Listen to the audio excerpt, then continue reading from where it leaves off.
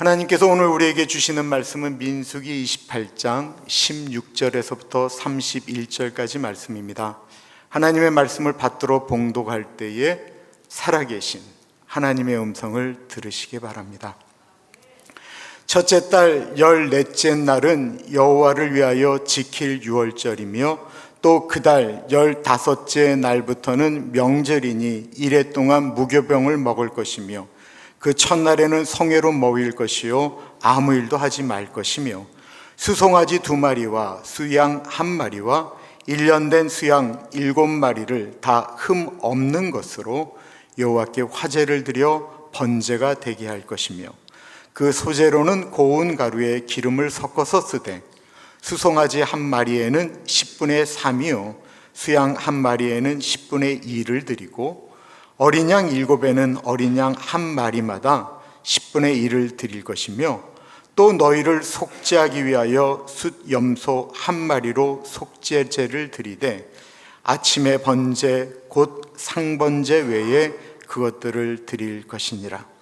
너희는 이 순서대로 이레 동안 매일 여호와께 향기로운 화제의 음식을 드리되 상번제와 그 전제 외에 드릴 것이며 7째 날에는 성회로 모일 것이요 아무 일도 하지 말 것이니라. 77절 처음 익은 열매를 드리는 날에 너희가 여호와께 새 소제를 드릴 때에도 성회로 모일 것이요 아무 일도 하지 말 것이며 수송아지 2마리와 수양 1마리와 1년 된 수양 7마리로 여호와께 향기로운 번제를 드릴 것이며 그 소재로는 고운 가루에 기름을 섞어서 쓰되 수송아지 1마리마다 10분의 3이요 수양 1마리에는 10분의 2요 어린 양 7마리에는 어린 양 1마리마다 10분의 1을 드릴 것이며 또 너희를 속죄하기 위하여 숫 염소 1마리를 드리되 너희는 다 흠없는 것으로 상번제와 그 소제와 전제 외에 그것들을 드릴 것이니라. 아멘. 오늘 설교의 제목은 기억하라 지키라입니다. 우리 한번 같이 해볼까요? 시작. 두 남자가 있습니다. 한 남자는 363일 동안 자기가 하고 싶은 대로 하고 집사람이 아무리 잔소리를 해도 고치지 않다가 결혼 기념일 그리고 아내의 생일만 되면 아침부터 꽃이 배달되어지고 아내가 제일 좋아하는 요리를 본인이 만들고 저녁에는 근사한 식당에 가서 식사를 내면서 이 세상에서 당신을 만난 게 하나님이 나에게 주신 가장 큰 축복이야. 그리고 감언 이설로 그날만큼은 아내를 여왕으로 만드는 남자가 있습니다. 또 다른 한 남자는 363일 동안 아내를 위해 빨래하고 청소하고 헌신적으로 아내를 대하는데 정작 결혼 기념일과 아내의 생일날은 뭐 매일이 당신의 생일이고 결혼 기념일이지 하고 그냥 지나갑니다. 이미 남자분들을 떠나보낸 분들은 할 수 없고요. 지금 살고 있는 분들하고 생각하면서 해보세요. 여자분들은 누구랑 살기를 원하실까요? 뭐라고요? 2번?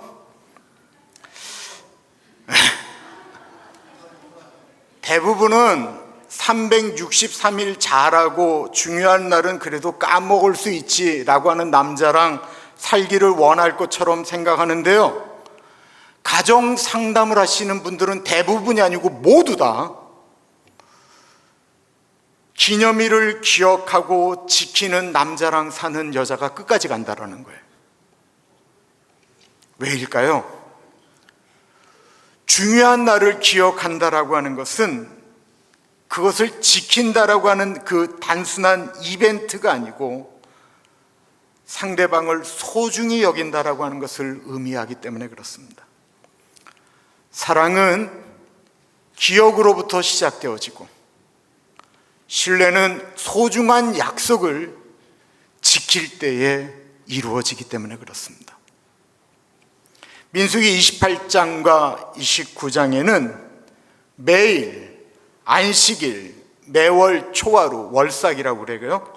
유월절, 칠칠절, 무교절, 초막절, 이 모든 것들을 이스라엘 민족이 하나님에게 지키라고 하는 절기들이 기록되어져 있는데, 오늘 본문은 그 중에서도 유월절, 무교절, 칠칠절에 대한 말씀입니다. 이 날들을 하나님은 가능하면 지켜라 하신 것이 아니고 기억하고 반드시 지키라고 명령하셨습니다. 왜일까요? 하나님께서 이스라엘 민족에게 제사를 받고 싶어서 그러셨을까요? 본문에는 그 이유가 정확히 나타나 있지 않은데, 신명기 8장 11절에서부터 14절에는 왜 절기를 지키라고 하는지 분명히 기록하고 있습니다.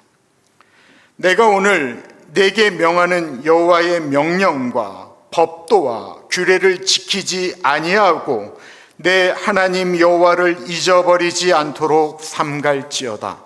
내가 먹어서 배부르고 아름다운 집을 짓고 거주하게 되며 또 내 소와 양이 번성하며 내 은금이 증식되며 내 소유가 다 풍부하게 될 때에 내 마음이 교만하여 내 하나님 여호와를 잊어버릴까 염려하노라. 우리는 하나님이 우리를 잊어버릴까 봐 두려운데, 놀랍게도 성경은 하나님께서 우리가 하나님을 잊어버릴까 봐 염려하고 있다라고 말씀하고 있습니다. 왜 그럴까요? 지금 이스라엘은 가나안 땅으로 들어가기 바로 그 초입에 있습니다. 그 땅은 좋은 것만 있는 것이 아니고 하나님을 모르는 사람들이 만들어 놓은 음란하고 이기적인 문화, 가정을 파괴하는 문화, 우상 숭배하는 문화가 가득하고 있다는 것입니다. 하나님은 이스라엘 백성들이 그곳으로 들어가서 과거의 은혜를 잊어버리고 신앙이 희미해져서 하나님을 섬기는 것이 당대에서 끊어질까 염려하고 계셨습니다. 그래서 주신 명령이 기억하고 지키라입니다. 신앙을 지키는 것이 무엇입니까? 오늘 성경이 말씀하고 있는 것은 바로 예배입니다. 예배는 하나님과 우리 인간의 관계를 계속 지속시키는 생명의 끈과 같고 심장과 같습니다. 이스라엘이 가나안 땅에 들어가서 잘 먹고 잘 살고 경제가 안정되고 모든 것이 채워졌을 때 가장 먼저 무너진 것이 무엇이었냐? 예배였습니다. 그래서 하나님은 그것을 미리 아시고 절기를 통해 예배를 지키라고 명령하시는 것입니다. 우리 같이 16절 같이 읽습니다. 시작. 첫째 달 14째 날은 여호와를 위하여 지킬 유월절이며, 유월절은 하나님을 기억하며 지키는 날입니다. 여호와를 위하여 지킬 유월절, 즉 예배는 철저히 하나님 중심이며 우리 인간의 중심이 되는 예배가 되어서는 안 된다라는 것입니다. 여기서 지킨다라는 말은 샤미르라고 하는 히브리어를 쓰는데, 단순히 실행에 지키는 것이 아니고 마음에 새기고 간직하며 행동하는 것을 뜻합니다. 그렇다면 유월절은 어떤 날이기 때문에 마음에 새기고 기억하며 지켜야 된다라고 말씀하고 있는 것일까요? 400여 년 동안 애굽에서 종노릇하는 이스라엘 백성들의 탄식하는 소리를 하나님이 들으시고 이스라엘 백성들을 구원하기 위하여 광야에 있는 모세를 세워서 이집트 바로왕을 찾아가게 만들지요. 그리고 바로왕 앞에 선 모세는 하나님의 백성, 내 백성을 하나님께서 보내라 명령하십니다 라고 이야기하자 바로가 뭐라고 얘기를 해요? 너희 하나님, 그 하나님이 누구인데 나의 노예들을 보내라고 하느냐? 그러면서 거절을 합니다. 이때 하나님은 이집트에서 단 한 번도 경험하지 못했던 재앙 9개를 내리시죠. 그들의 젖줄이었던 나일강이 피로 변하고 개구리들이 올라오고 이들이 들끓고 메뚜기들이 뛰고 우박이 넘치고 흑암이 덮치고 전염병이 돌고 하는 상상도 못하는 재앙을 내렸는데, 그 재앙이 내릴 때마다 바로가 너무 놀라서 내가 이 백성을 보낼 테니까 이 재앙을 하나님께 부탁하여 멈추게 해달라고 부탁을 합니다. 그때마다 모세가 하나님께 기도할 때마다 그 재앙이 멈추죠. 근데 이 바로는 마치 예수 믿는 사람들이 급할 때는 하나님 살려주세요, 살려주세요, 이것만 해결해 주시면 내가 하나님께 어떻게 하겠습니다 라고 얘기했다가 금방 돌아서는 것처럼, 바로는 그 문제가 해결되면 안 보낸다 라고 했던 거예요. 그러자 하나님께서 10번째 재앙을 준비하시는데, 지금까지의 재앙은 가축은 죽일지언정 사람은 건들지 않으셨어요. 근데 이 10번째 재앙은 애굽 안에 있는 모든 장자, 사람뿐만 아니라 짐승의 첫 새끼도 죽이겠다라고 하는 것이었습니다. 문제는 이 재앙을 이스라엘 사람도 비껴나갈 방법이 없습니다. 이 재앙에서 이스라엘 백성들이 자유로울 수 있는 유일한 방법은 1년 된 숫양, 흠없고 뼈가 꺾이지 않은 숫양을 잡아서 피를 내고 그 피를 이스라엘 백성들이 사는 문 설주와 문인방에 바르면, 그러면 죽음의 신이 넘어가겠다라는 것이었습니다. 유월이라는 말은 넘어간다라는 거예요. 지나가겠다라는 뜻입니다. 드디어 운명의 날이 되었습니다. 죽음의 천사가 피가 발라진 집들은 그냥 지나쳤는데, 피가 발려져 있지 않은 집들은 예외 없이 장자를 잃었습니다. 애굽의 온 집마다 통곡이 있었고, 심지어는 마구간에서는 말들이 울부짖고 외양간에서는 소들이 울부짖었습니다. 바로의 맏아들마저 죽자 바로는 두 손을 들고 모세에게 제발 이 백성을 좀 데리고 나가달라고 도리어 부탁을 합니다. 죽음의 천사가 그냥 지나쳤던 그날을 기념하는 것이 바로 유월절입니다. 그렇다면 우리에게 유월절은 언제입니까? 여러분들은 그 유월절을, 그 날짜를 기억하고 계십니까? 그 날짜 기억한다면 그건 구원파지요. 우리는 매주일 예배 속에서 유월절을 지킵니다. 왜냐하면 예수 그리스도께서 유월절 어린 양이 되셔서 우리의 죄를 대신해서 십자가에서 죽으셨기 때문에 그렇습니다. 그래서 요한복음 1장 29절에 세례 요한은 예수님을 바라보면서 보라, 세상 죄를 짊어지고 가는 하나님의 어린 양이다라고 말씀하셨습니다. 고린도전서 5장 7절에는 우리의 유월절 양 곧 그리스도께서 희생되셨느니라 말씀하셨습니다. 요한일서 1장 7절에는 예수의 피가 우리를 모든 죄에서 깨끗하게 하실 것이다라고 선포합니다. 죽음의 천사가 어린 양의 피를 보고 유월하였던 것처럼 예수님의 피가 그것을 믿는 자마다 죄와 사망에서 건지시는 유일한 길입니다. 아무리 악한 사람이라고 할지라도, 심지어는 애굽인들 중에 이스라엘 사람들에게 잘해줘서 당신들의 장자를 우리 집에 좀 데려다 놓으십시오 라고 해서 그 피가 발라져 있는 곳에 들어가 있는 사람은 살았습니다. 그런데 아무리 착하게 살고 아무리 도덕적인 사람이라고 할지라도 그 피가 발려져 있지 않은 집에 있는 사람들은 다 죽었습니다. 예수님께로 가는 길은 천국으로 가는 길은 오직 한 길, 예수님밖에 없다라는 것입니다.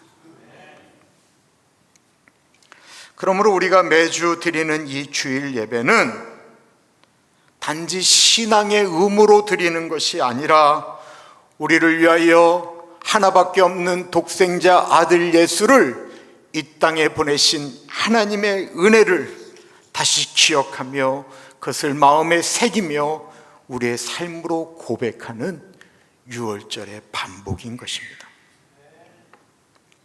이 기억한다라고 하는 것이 바로 믿음의 뿌리입니다. 뿌리가 없으면 정체성을 잃어버리고요, 정체성을 잃어버리면 세상에 나아가서 사명을 잃어버립니다. 아까 정대원 장로님 말씀하신 것처럼 믿음은 우리의 뿌리예요. 근데 이 뿌리가 단단히 있으면 우리는 행위의 열매, 이것은 예수 믿는 사람들의 정체성에 나타나는 열매와 같은 것입니다. 그래서 예배라고 하는 것은 그 믿음의 뿌리를 다시 깊이 세우는 것과 마찬가지입니다. 그럼 하나님을 기억했으면 어떻게 살아가야 합니까? 우리 같이 17절과 18절 있습니다. 시작. 또 그달 15째 날에는 명절이니 이래 동안 무교병을 먹을 것이며 그 첫날에는 성회로 모일 것이요 아무 일도 하지 말 것이며. 이 무교라고 하는 것은 누룩이 들어가 있지 않은 떡을 얘기하는 것입니다. 맛이 없죠. 누룩 없는 떡, 무교병을 먹으면서 이스라엘 사람들은 자신 안에 들어와 있는 죄를 하나님 앞에 회개하고 또 회개하면서 일주일을 보내는 거예요. 우리도 마찬가지입니다. 우리는 예배를 통해서 우리 자신을 점검하고 죄를 고백하는 거죠. 왜냐하면 일주일 동안 우리가 살아가는 곳에서 우리는 누룩과 같은 수많은 것들이 우리 안에 들어오기 때문에 그렇습니다.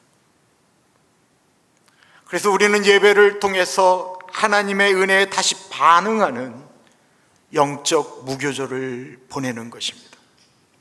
거룩하게 살겠노라고 다시 한번 다짐하는 것입니다. 다시는 어린 양이신 예수 그리스도를 십자가에 못 박지 않겠노라고 결단하는 것입니다. 그 마음의 준비를 예배 때 어떻게 하는 것입니까? 무교절 기간 이스라엘은 매일 번제를 드렸습니다. 수송아지, 수양, 어린 양, 속죄제 모든 제사가 반복적으로 드려졌습니다.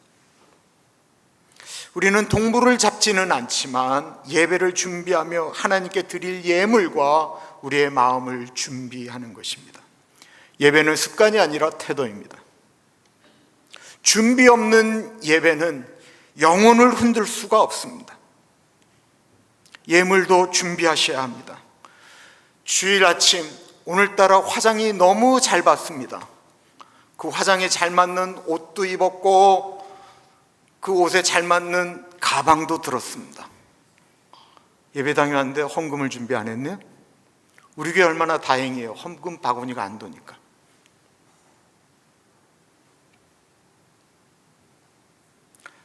물질에 거룩하지 않은 사람은 삶 전체의 거룩함이 무너집니다.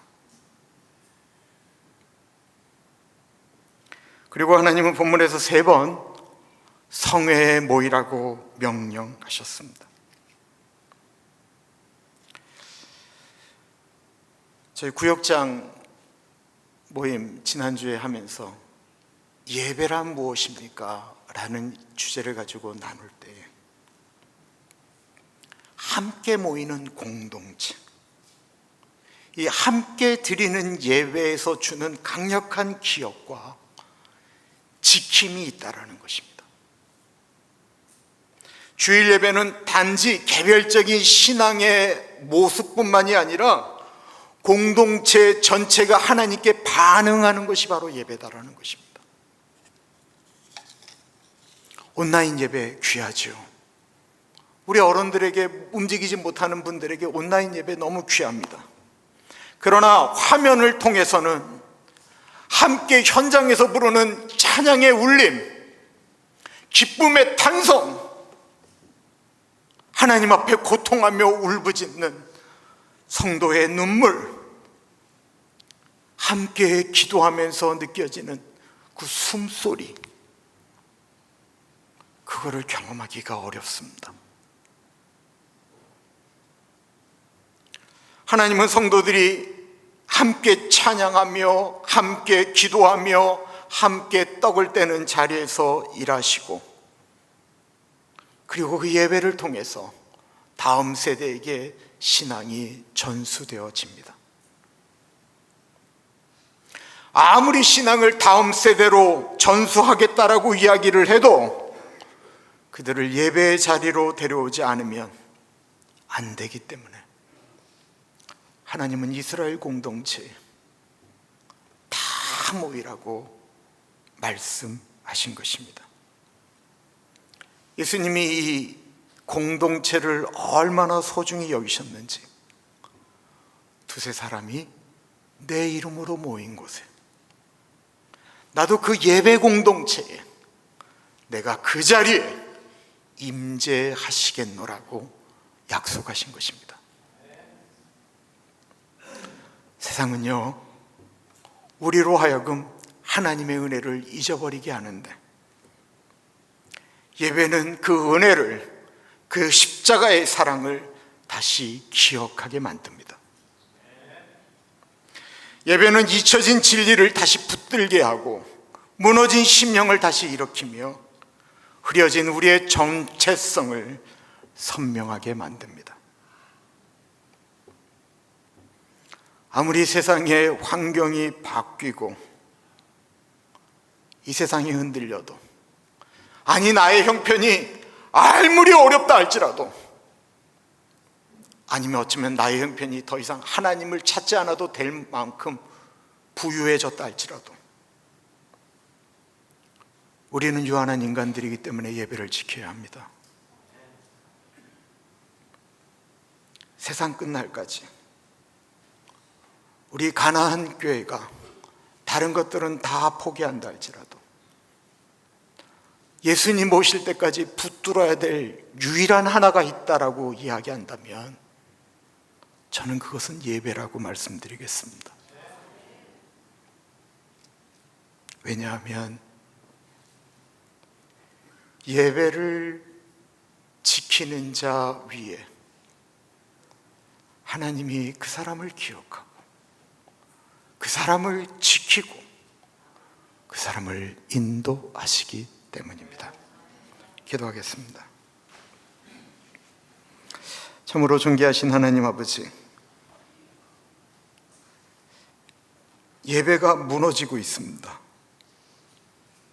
너무나도 소중하게 여겼던 그 예배, 하나님께 나아갈 때 사람들에게 보이려고 하는 것이 아니고 하나님 앞에 나아가는 것이기 때문에 더 정결함을 유지하려고 애쓰고 옷차림을 정돈하고 헌금을 다림질하였던 그 어른들의 그 소망함이, 그 간절함이 잊혀져 가고 있습니다. 하나님, 이렇게 예배가 무너지다가 하나님의 은혜를 기억하지 못하고 하나님의 사랑을 지키지 못하고 멸망할까 두렵습니다. 오렌지 가나안 장로교회가 예배에 최우선을 두고 예배를 붙들고 나아가는 신앙 공동체가 되어지도록 하나님, 우리의 예배에 같이하여 주시옵소서. 존귀하신 예수님 이름으로 기도드립니다. 아멘.